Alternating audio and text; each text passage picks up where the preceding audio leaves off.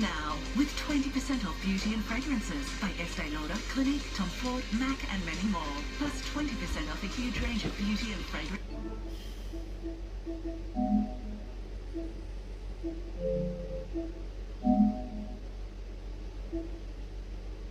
gift sets. I am my store.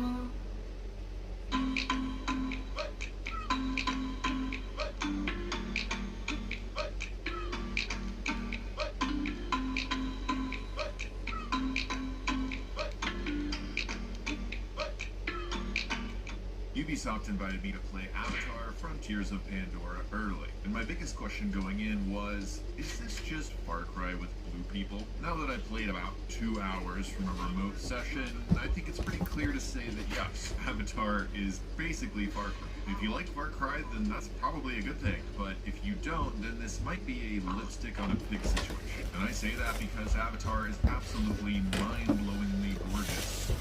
Flying around this world is crazy. I stopped just to look at the scenery several times, and I don't really do that with video games anymore. It's also safe to say that if you're an Avatar fan, I think you'll really like this game. I think it goes all out in this universe and this world, and really trying to bring you in as much as possible. Yeah, exactly. But if you're like me and you waited to watch Avatar until you were on a plane because it was the free movie available, I just gave James Cameron a heart attack, then I'm not quite sure there's enough going on here with the world and the story to keep you playing a ton. Like I said, the early gameplay footage is really impressive. I think it's doing some really cool open world visual stuff, but it plays game moment to moment. Like you've played Avatar: Frontiers of Pandora many times. You attack bases in this game and open chests as a reward. You go around and collect various resources that you can use in crafting items. And you unlock and fly around on a mount, and you've also got this first-person perspective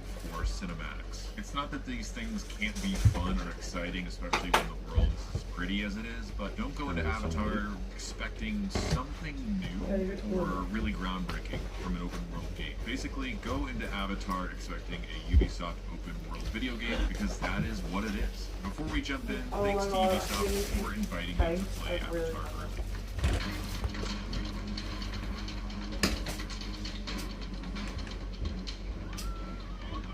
In my demo, I got to play 4 main story missions and a couple side activities and open world stuff.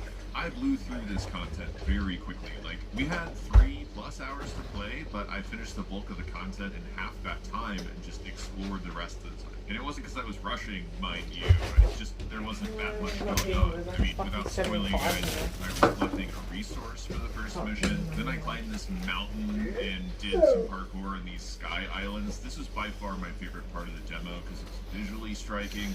There was some engaging platforming going on to get my attention, and I got my own bird dinosaur thing called an Ikran. Then I used that Ikran to attack these floating satellite things and hack them. Then the final mission was a very classic Ubisoft attack the base and destroy it mission. So a few observations as I was playing through these. Number one, your movement is kind of weird, and I think it's because Navi are really large, like very big compared to humans. This took me a while to get used to because it felt really slow and lumbering at first, and I realized, oh, it kind of makes sense. But at the same time, I don't know if it feels that great to run around as a Navi, just on the ground. I mean, it's nice to have the Ikran to fly around on. It's visually, again, it shows off probably the best part of this game, which is the way that it looks. But more often than not, I wish I could have parkoured or swung from some tree branches or done some more interesting, cool movement mechanics. I mean, practically half of Ubisoft games have parkour at this point, so I was sort of curious, like, why?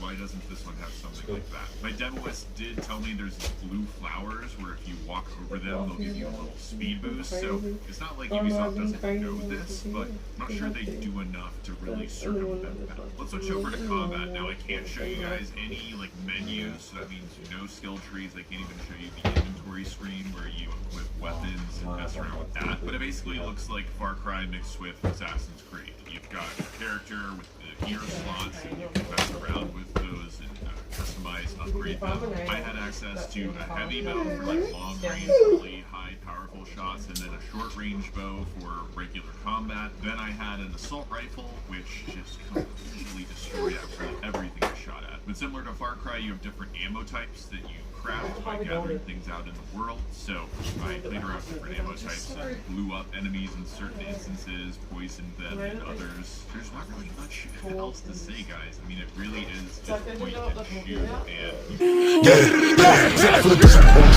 100 niggas that shoot. It's 85 just to walk on.